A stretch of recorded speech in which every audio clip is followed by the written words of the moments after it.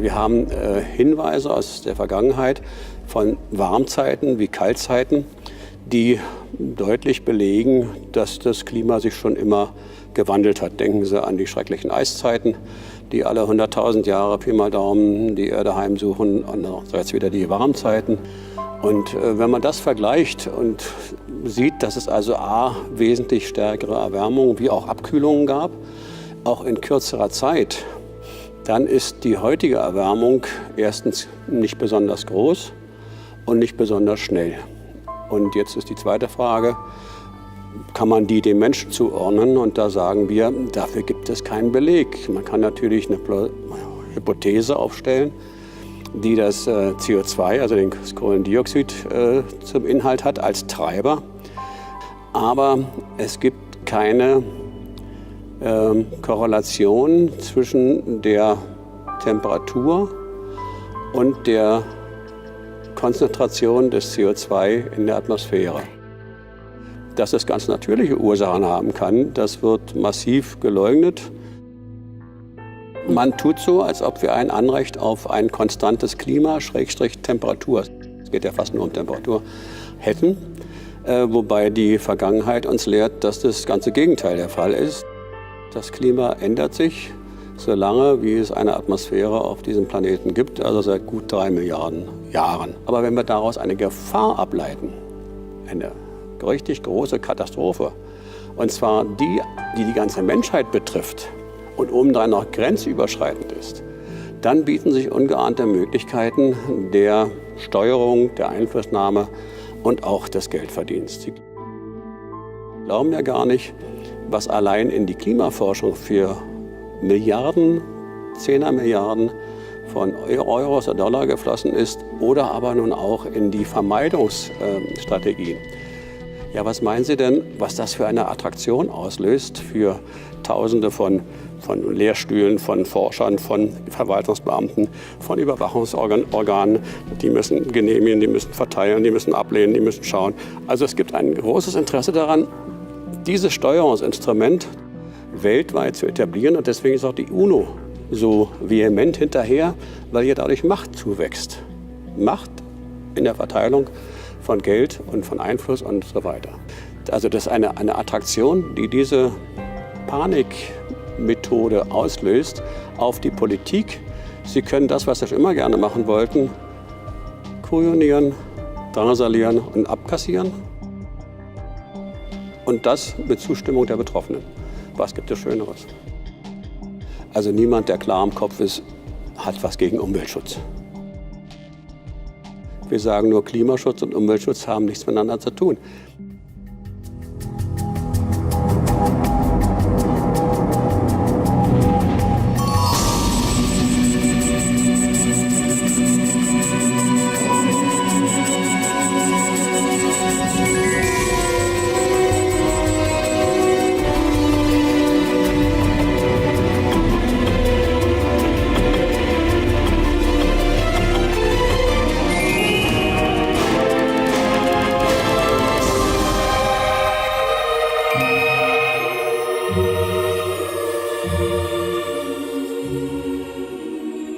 Let's create a more accurate picture of where we really stand on the issue of global warming, or, as it is now called, climate change. There are basically 3 groups of people dealing with this issue. Groups 1 and 2 are scientists. Group 3 consists mostly at its core of politicians, environmentalists, and media. Group 1 is associated with the scientific part of the United Nations International Panel on Climate Change, or IPCC Working Group 1. These are scientists who mostly believe that recent climate change is primarily due to man's burning of fossil fuels, oil, coal, and natural gas. This releases CO2, carbon dioxide, into the atmosphere, and they believe this might eventually dangerously heat the planet. Group 2 is made up of scientists who don't see this as an especially serious problem. It's the group I belong to. We're usually referred to as skeptics. We note that there are many reasons why the climate changes: the sun, clouds, oceans, the orbital variations of the Earth, as well as a myriad of other inputs. None of these is fully understood, and there is no evidence that CO2 emissions are the dominant factor. Here's where Group 3 comes in: the politicians, environmentalists, and media. Global warming alarmism provides them, more than any other issue, with the things they most want. For politicians, it's money and power. For environmentalists, it's money for their organizations and confirmation of their near religious devotion to the idea that man is a destructive force acting upon nature. And for the media, it's ideology, money, and headlines. Doomsday scenarios sell. Unfortunately, Group 3 is winning the argument because they have drowned out the serious debate that should be going on.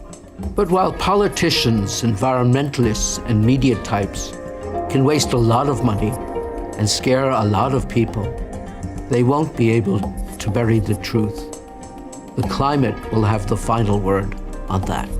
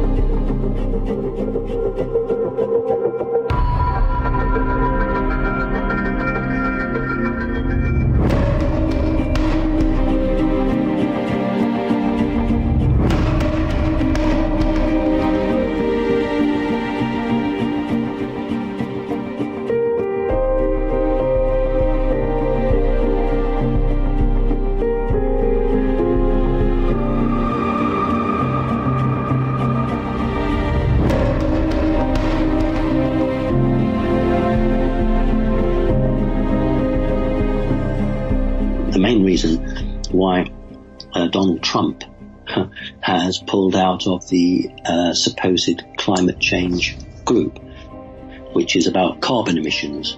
And in fact, Donald Trump has called global warming a load of nonsense.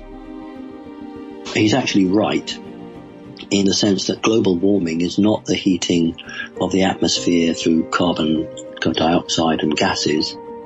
It's because the sun, our star, is increasing its vibrational rate in terms of the light that it bathes all the planets in the solar system with, and that's why all the planets in the solar system are heating up.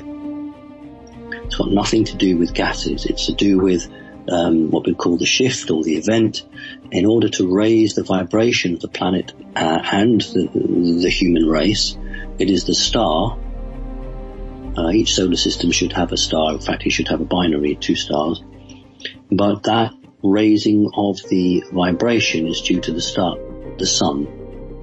So the best way for the elite to prevent humanity evolving is to start spraying a different type of material into the atmosphere, which they hope will reflect this higher bandwidth of light. The human eye, as wonderful as it is, only sees a very small proportion of light. We call it visible light. Things like gamma rays and X-rays, they're light, but our eyes don't see them. But nevertheless, they come under the banner of light. So we're now talking about some rays that the sun is emitting that we cannot see, but are affecting our physical bodies and every living thing, including the planet itself. Now, if the elite can spray this stuff into the sky, which they're doing, they can't stop it, but they can slow down the development. And that's what all these chemtrails are about at the moment. That's why so many people in so many countries are reporting them, and so many people who've never seen a chemtrail in their part of the world are suddenly seeing them, because what the elite are trying to do is to ensure there's a blanket around the Earth. They don't want holes where the energy can come through easily. So the whole point about this from the elite's perspective is to reflect back the higher vibrational energy from the sun to slow up human development on the planet. So that's very important, and it's one of the key battles that's being fought. So that's done, and that's why Trump is saying he's not going to be involved in the climate change, because it's all a load of nonsense, which it is. It's just used as an excuse to get the public behind the idea of global warming. They don't want the public to understand that the true sense of global warming is their salvation. It is their freedom.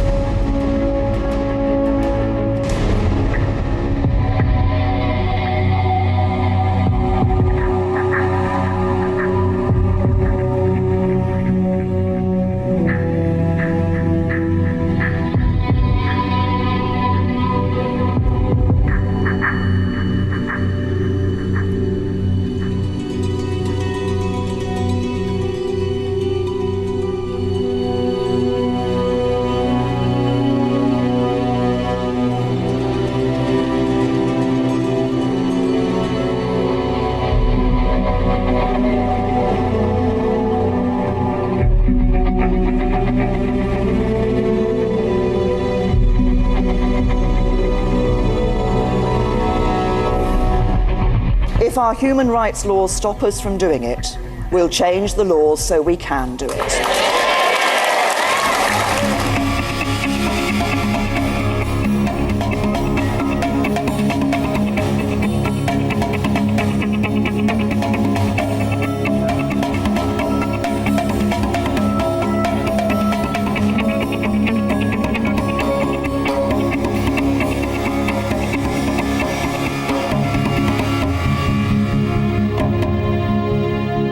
The power elite of the world that is behind the so-called New World Order are trying to terrorize the Western world with state-sponsored terrorism, with all of these alleged terror attacks, getting us into a feeling of absolute panic and begging for protection, turning towards the ones that we think are there to protect us, not understanding that it's actually them doing it to us. The people in power are trying to turn the police into like a paramilitary unit, where police officers, that's why they look like Robocops nowadays as well. They're trying to get us to think that it's normal that a police officer come driving down in a tank or something like that down the street. They want us to get used to this feeling of martial law as part of their agenda towards the New World Order. Because that is the whole thing, to get the emotional impact through so that we will accept whatever their solution is to the problem every single time. More and more militarized police, more and more security, more and more CCTV cameras, more and more airport security scanners, you name it. I believe what we're seeing in Europe now is what I call the Eurospring, where these countries cannot be destabilized with a revolution because we're just too well off and too lazy and too comfortable and so on. So a revolution is not the way to destroy these nations. They need to be attacked with so-called terrorism. That's the way to destabilize them. And you will see that it's exactly the same countries being hit again and again and again. Do not let yourself get scared. It is only through fear that they can control us. This is so important. And anytime something horrific happens, or you're told that something horrific happens, ask yourself, who benefits from me believing this?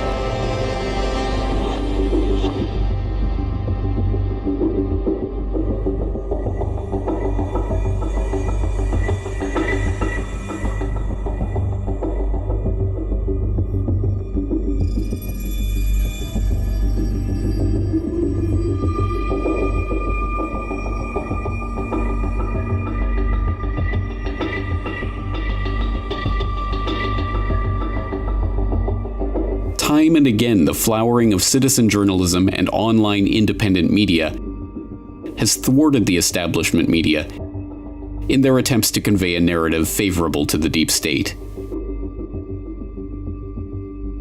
So it is no surprise then that in the wake of the latest false flag terror incidents in the UK, that British Prime Minister Theresa May has identified the free and open intranet as the greatest facilitator of terrorism. We cannot allow this ideology the safe space it needs to breed.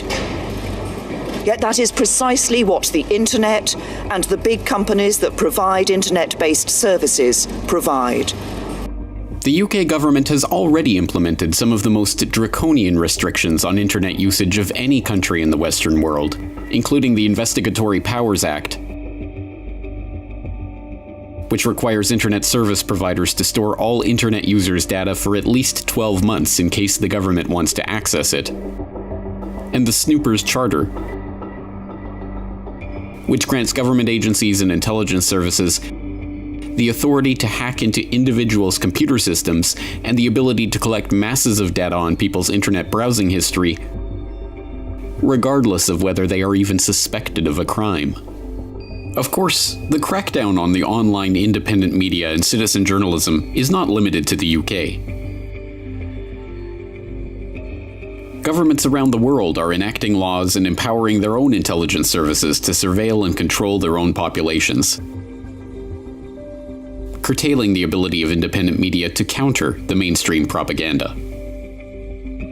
If it turns out, as it did in the case of the Manchester bombing and the London attack, and the Westminster attack, and the Paris airport attack, and the Berlin Christmas attack, and literally dozens of other terrorist incidents, that the alleged attackers were all known wolves who had been identified by and often in contact with intelligence services before their alleged involvement in these plots, an independent online media might connect these dots to find a common underlying pattern.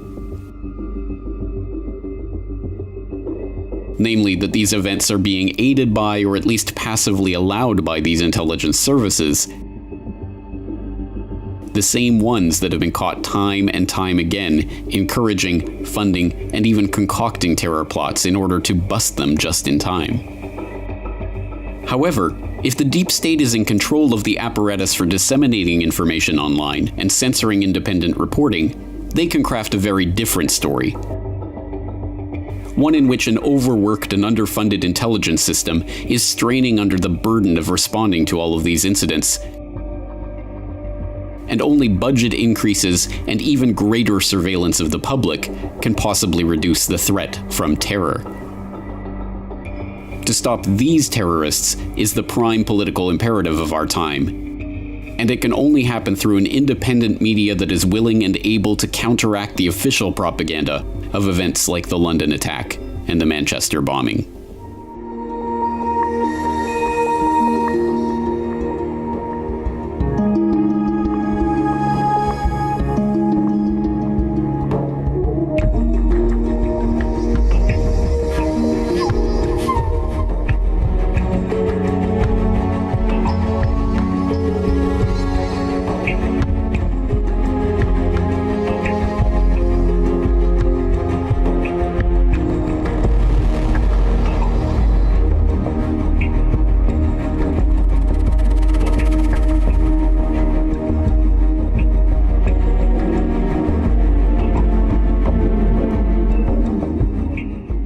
This tension has been brewing for quite a while. Immediately after the election, vicious protests broke out nationwide, with America being split into two camps. Angry liberals, eager to denounce that Trump was not their president, came face to face with Trump supporters ready to defend their choice.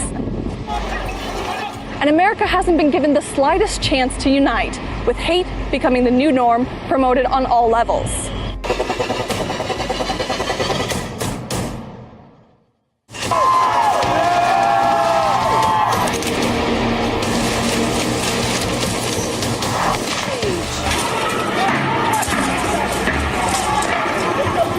So with instigation like this, it's no wonder that tempers have been flaring over the top again and again.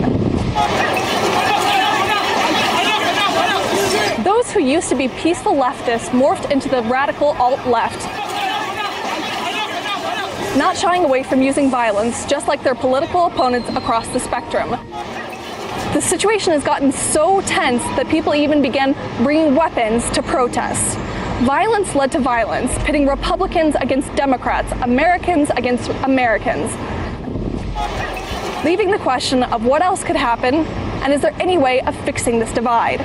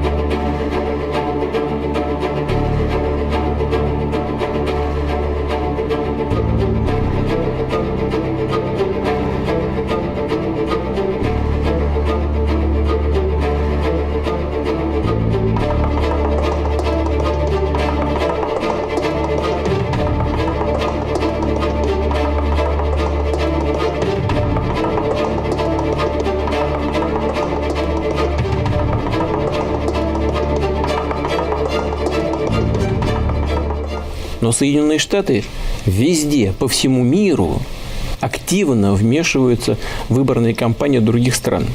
Ну, вот куда пальцем на карту мира не ткнешь, везде вам будут жаловаться на то, что американские официальные лица вмешиваются в их внутренние политические процессы. Мы вмешиваемся. Вы сами постоянно вмешиваетесь.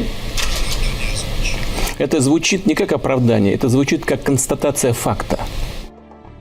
Но, повторяю, нам это и не нужно делать. Президенты приходят и уходят, даже партии меняются у власти. А основная политическая линия не меняется.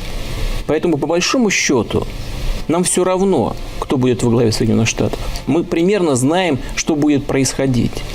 И в этой связи нам, даже если бы было желание, смысла-то нет никакого вмешиваться.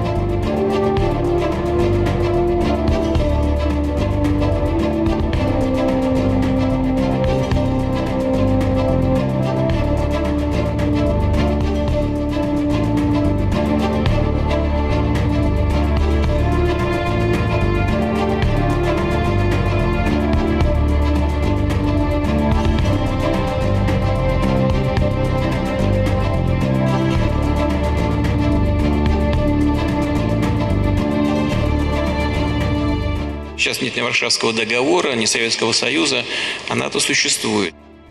Возникает вопрос, а зачем? Ответ только один. Что бы там ни говорили, это инструмент внешней политики Соединенных Штатов. Соединенные Штаты требуют от своих союзников повышения военных расходов и в то же время одновременно говорят о том, что НАТО ни на кого нападать не собирается. А если вы ни на кого не собираетесь нападать, зачем увеличивать военные расходы?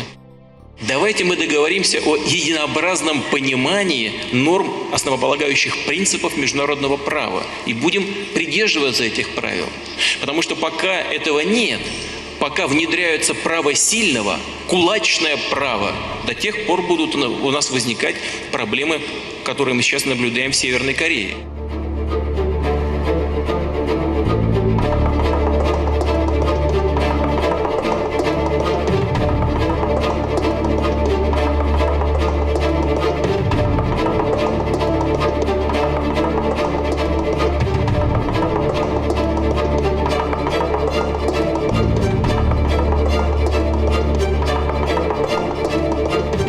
Понимаете, я уже общался и с одним президентом США, и с другим, и с третьим.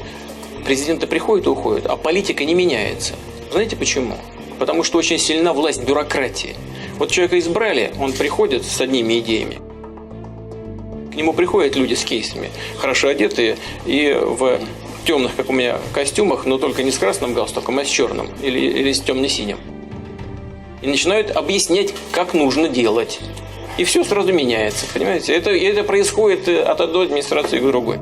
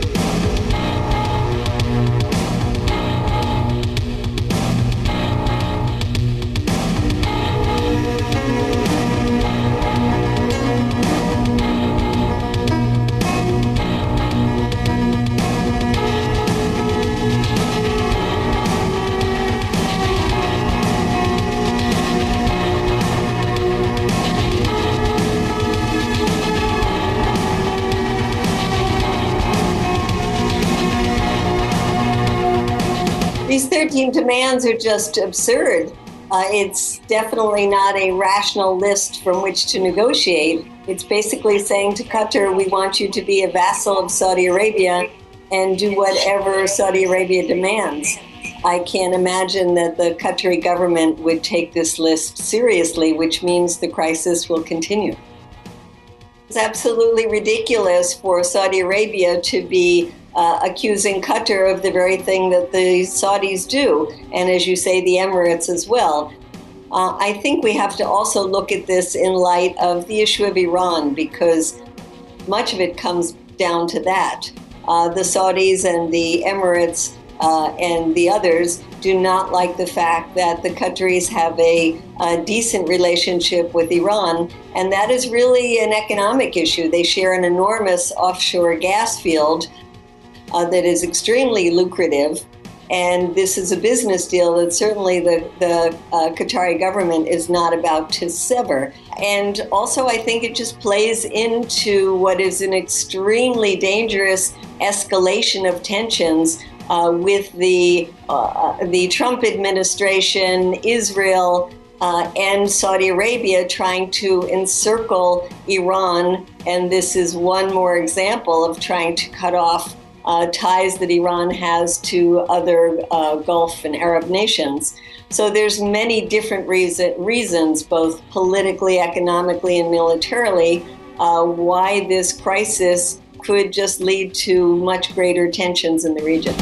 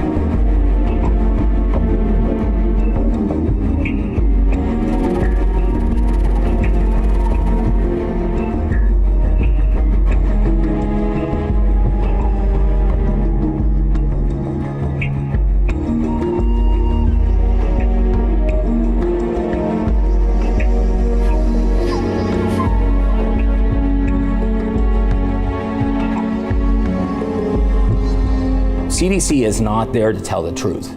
They are a risk management organization, and they are there to basically produce studies that will sway the opinion towards what CDC wants the public to do, and that is to uptake all of the vaccines that they're recommending on the schedule. So as a pediatrician, you're trained to believe that the CDC is the top. And so we just accepted what they fed us without questioning, right? So that's where I was when I got out of medical school, and that's where I was for the first few years of my practice. That all changed in 2001 when they pushed the Hep B onto newborns because it made no sense. It is scientifically illogical and absolutely insane to inject that much toxin into a baby who doesn't even get any protection from the vaccine. Many employees of the CDC end up in industry. Case in point, Dr. Julie Gerberding, who was the director of the CDC, took a very lucrative position as the head of the vaccine division in Merck. She, was given stock options in the millions. There's actually a revolving door between the CDC and the vaccine industry. I could cry for all the children that I've seen damaged in the 35 years I've been doing this work. Catastrophically damaged. Children who will never be able to function in any meaningful way. Families absolutely destroyed by the impact of vaccines. And meanwhile, we have a medical profession and governments who are not only ignoring the crisis, but they are keeping a lid on it, on the corruption and the fraud that has existed in the science that has allowed this to continue on and on. People who have sworn to protect the health of the children of this country, it's not just that they're neutral on this, they have actually undertaken, as part of their professional and moral obligation, to be responsible for the protection of the health of the children of this country, and quite the opposite. Quite the opposite. They are deliberately, knowingly, and recklessly putting them at risk of a major, lifelong, debilitating disease. Every population where those kids are getting vaccinated is currently being devastated by these toxic effects of the vaccine, and an industry that knows it is essentially committing what we have to call medical genocide. There are very, very strong financial incentives for doctors to get their patients to comply with the CDC schedule. Doctors are punished financially and very dramatically. Nobody was making money on vaccines when I was a boy. They were essentially a civic duty by the vaccine companies, by the pharmaceutical industries, but suddenly the industry realized now we have a product that the federal government is going to order 100 million or even 200 million people to buy. The profit margins are huge. There's no advertising cost, there's no marketing cost, and there's no liability. So there was a rush, a gold rush, to put new vaccines onto the schedule. And the group within the CDC that made the decision about which vaccines to add, in a perfect world, that would have been a group of kind of geeky scientists who were completely preoccupied with public health outcomes, and that's what it used to be. By 1989, CDC structure had changed, and almost all of them have some financial ties or conflicts of interest to the industry. People need to see the CDC, at least as it is today, as just a marketing branch of pharma. So their job, and you can even look at their mission statement, it's to promote vaccines, right? And if we could just change their mission to promoting healthy children, right? Let's get healthy people, a healthy society, healthy children, and look at vaccines, are they helping or not? And that's what hasn't been done. Invoking violence with guns and threats and turning healthy people into disabled, handicapped people, harming children, killing children, suppressing science, suppressing voices, committing scientific fraud, covering up the information that could shine light on this. That's what the vaccine industry has become today. It is a criminal enterprise committing mass violence against innocent people everywhere around the world. There will be a day, I believe, when those who have committed medical violence against our children in the form of vaccines will be held accountable. Perhaps in their own lifetimes, with prosecutions of crimes against humanity. But even if that doesn't happen, they will be judged beyond this life. There's a spiritual judgment.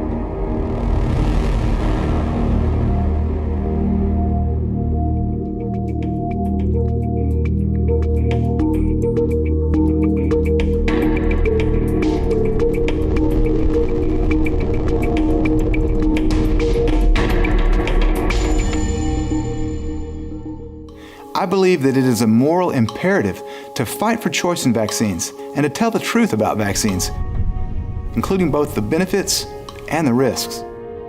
They want to have 90% of the population vaccinated with flu shots, DPT shots, MMR. One of the steps in the goals is to take away your right to refuse. And in 2010, the Gates Foundation put up $10 million to start this to be the decade of vaccines. We're at 2017, we only have 3 years left for people to become really aware of this and get involved in not allowing this to happen in the future. There's viral vaccines, there's bacterial vaccines, and the vaccines can be grown in human as well as animal tissue. Some examples are chicken fibroblasts and embryos, chicken retinal and kidney cells, monkey and dog kidney cells, human embryonic tissue, lung tissue specifically, the fibroblasts found in aborted human fetal tissue. The problem is that now we're finding that these substrates also contain other harmful additives like glyphosate. So glyphosate, which is Roundup, which is a pesticide made by Monsanto, is making its way into the vaccines as well. Something is happening to the brains of our children. Learning disability is not a given. Low tone, weak muscles, lack of coordination, not sitting still, not focusing, not paying attention, these are not things that are a given. They are only happening because something is irritating, inflaming, agitating the brain and interfering with the way in which the brain is supposed to properly, sequentially develop. The aluminum in vaccines is in such a structure that it can easily pass into the brain and bring with it viruses and bacteria. The pharmaceutical industry uses particles like aluminum that are in vaccines to attach to drugs, to get them to go across the blood-brain barrier, because drugs don't go across the blood-brain barrier otherwise. But the aluminum is being found to stay inside the cells for years. We have a mechanism for avoiding toxicity when you take it orally. You bypass those when you inject. And so this is why it is vital that we start looking at the aluminum content of vaccines the same way we did for mercury, thimerosal, because we are far exceeding the safe doses. And the studies are showing that the aluminum is causing neurological and immunological damage. They're causing autoimmune diseases, and the FDA has established a safety level. And children that receive the hepatitis B vaccine at birth receive 20 times the content of aluminum, 20 times above the FDA's safety level. Children at 2 months of age are receiving 50 times above the safety level. Every parent and every doctor wants to have healthy kids. So how do you do it? We need to feed our kids real food. So real food for babies means breast milk exclusively, and real food for kids means food that is in its recognizable form. We need to avoid toxins. 2 of those toxins which are given like candy are acetaminophen, the main ingredient in Tylenol, and antibiotics. Kids need to have as much exercise and outdoor time as possible. They need sunlight, they need vitamin D. But we have kids in chairs sitting all day when our bodies want to move and be outside. We need to have kids playing in the dirt, let them get dirty, let them get messy, because we know that exposure to dirt helps you create a better immune system and reduces your risk of autoimmune disorders. I think a lot of people have been asleep. I don't think they have really understood what has been happening over the last 30 years. We have seen the infrastructure instead of doing what they should do, and that is doing the proper science, being partners with parents in preventing vaccine injury and death. They've taken a hardline approach. You either do it or we're going to punish you. If you don't do it the way we say you should do it, we're going to punish you with societal sanctions like no shots, no school, no shots, no medical care, no shots, no health insurance, no shots, no job. This is a very serious situation. And if we don't stand up now and fight for our freedom, we're going to fight ourselves in chains for the next century.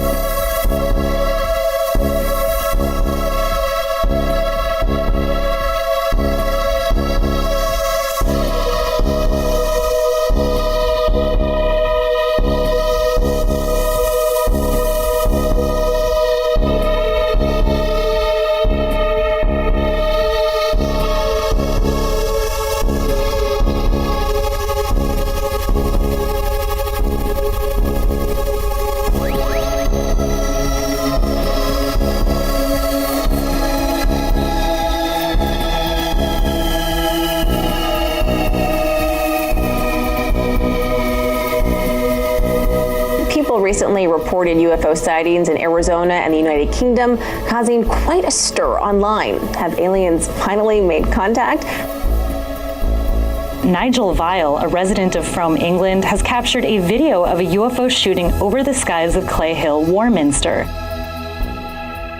The town has been called Britain's UFO capital by some experts, a Roswell of sorts where UFO hunters gather. En mayo del 2017, en el programa 60 Minutos, el ejecutivo en jefe Robert Bigelow, dueño de la compañía aeroespacial Bigelow, dijo que en la Tierra existe una presencia extraterrestre. Do you believe in aliens? I'm absolutely convinced. That's all there is to it. Do you also believe that UFOs have come to Earth? There has been and is an existing presence, an ET presence. And I spent millions and millions. I probably spent more as an individual than anybody else in the United States has ever spent on this subject. Is it risky for you to say, in public that you believe in UFOs and aliens? I don't care. You don't worry that some people will say, did you hear that guy? He sounds like he's crazy. I don't care. Why not? It's not going to make a difference. It's not going to change reality of what I know. Do you imagine that in our space travels we will encounter other forms of intelligent life? You don't have to go anywhere. You can find it here. Yeah. Where exactly? It's just like right under people's noses.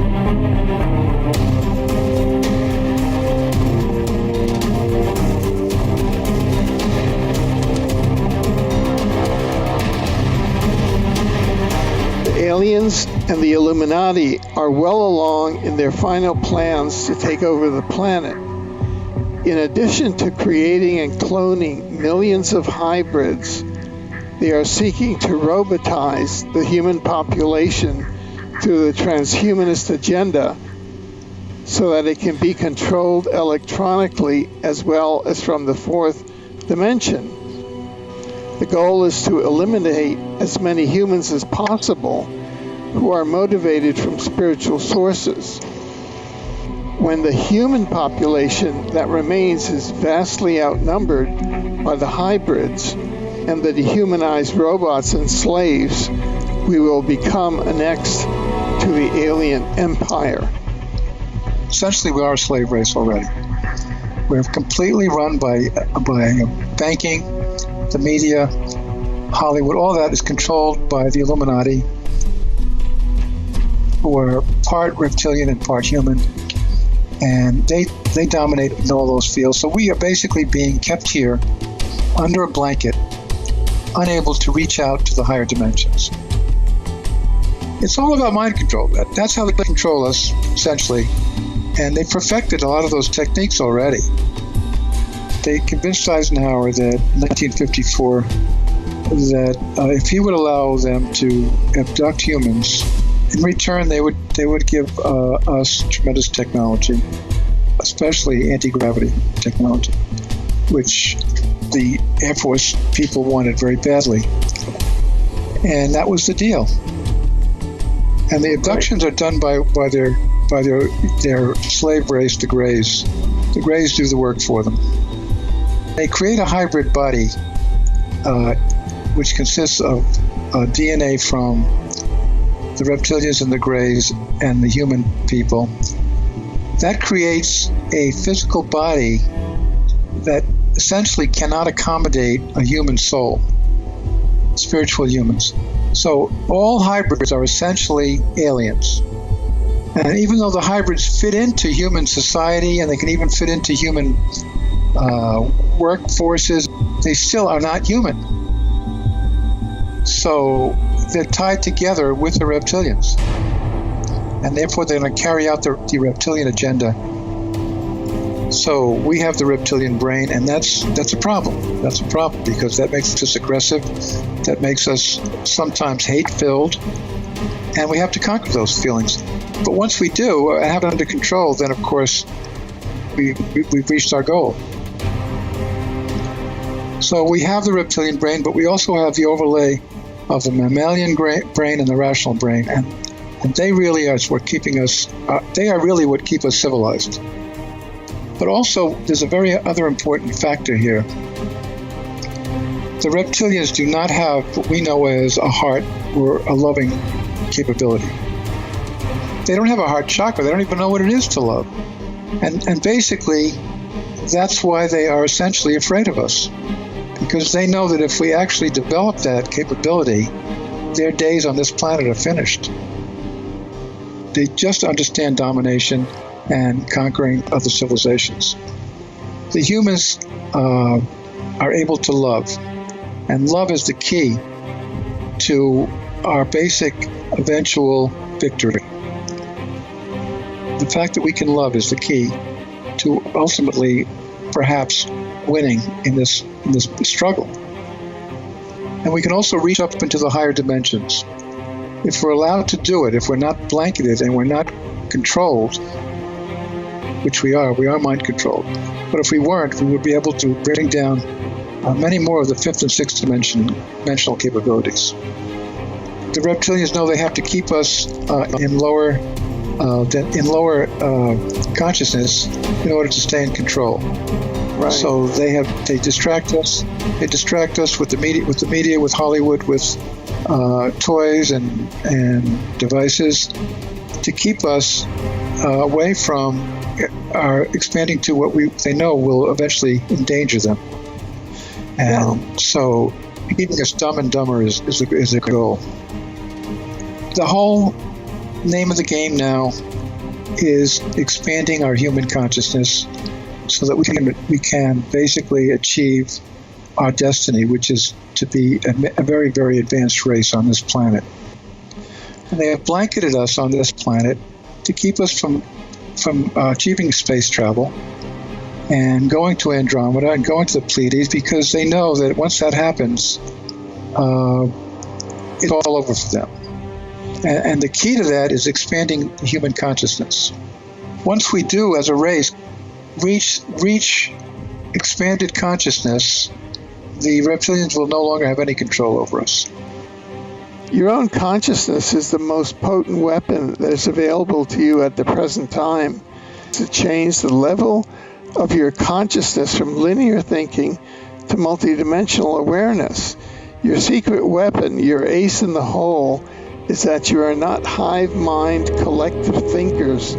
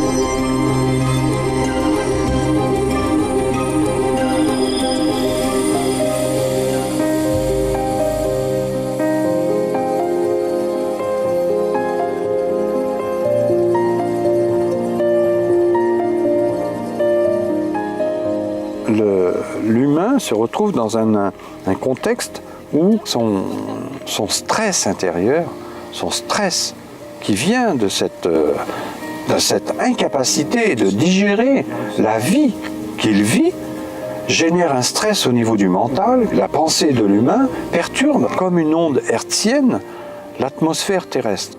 On a aussi bien un pouvoir de perturbation, mais aussi un pouvoir de réharmonisation.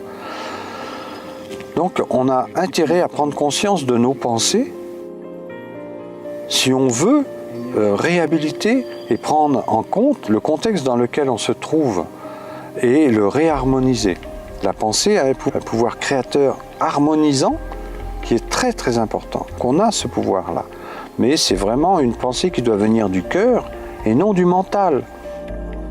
Donc le mental est l'élément qui a perturbé tout ça. On a mis le mental à la place du cœur, alors que c'est le cœur qui décide et le mental qui exécute.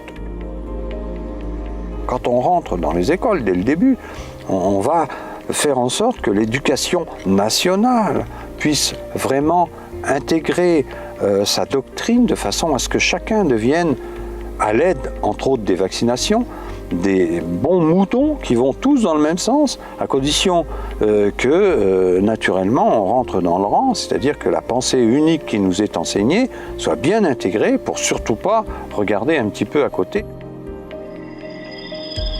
Et on ne sait jamais, ça pourrait déranger.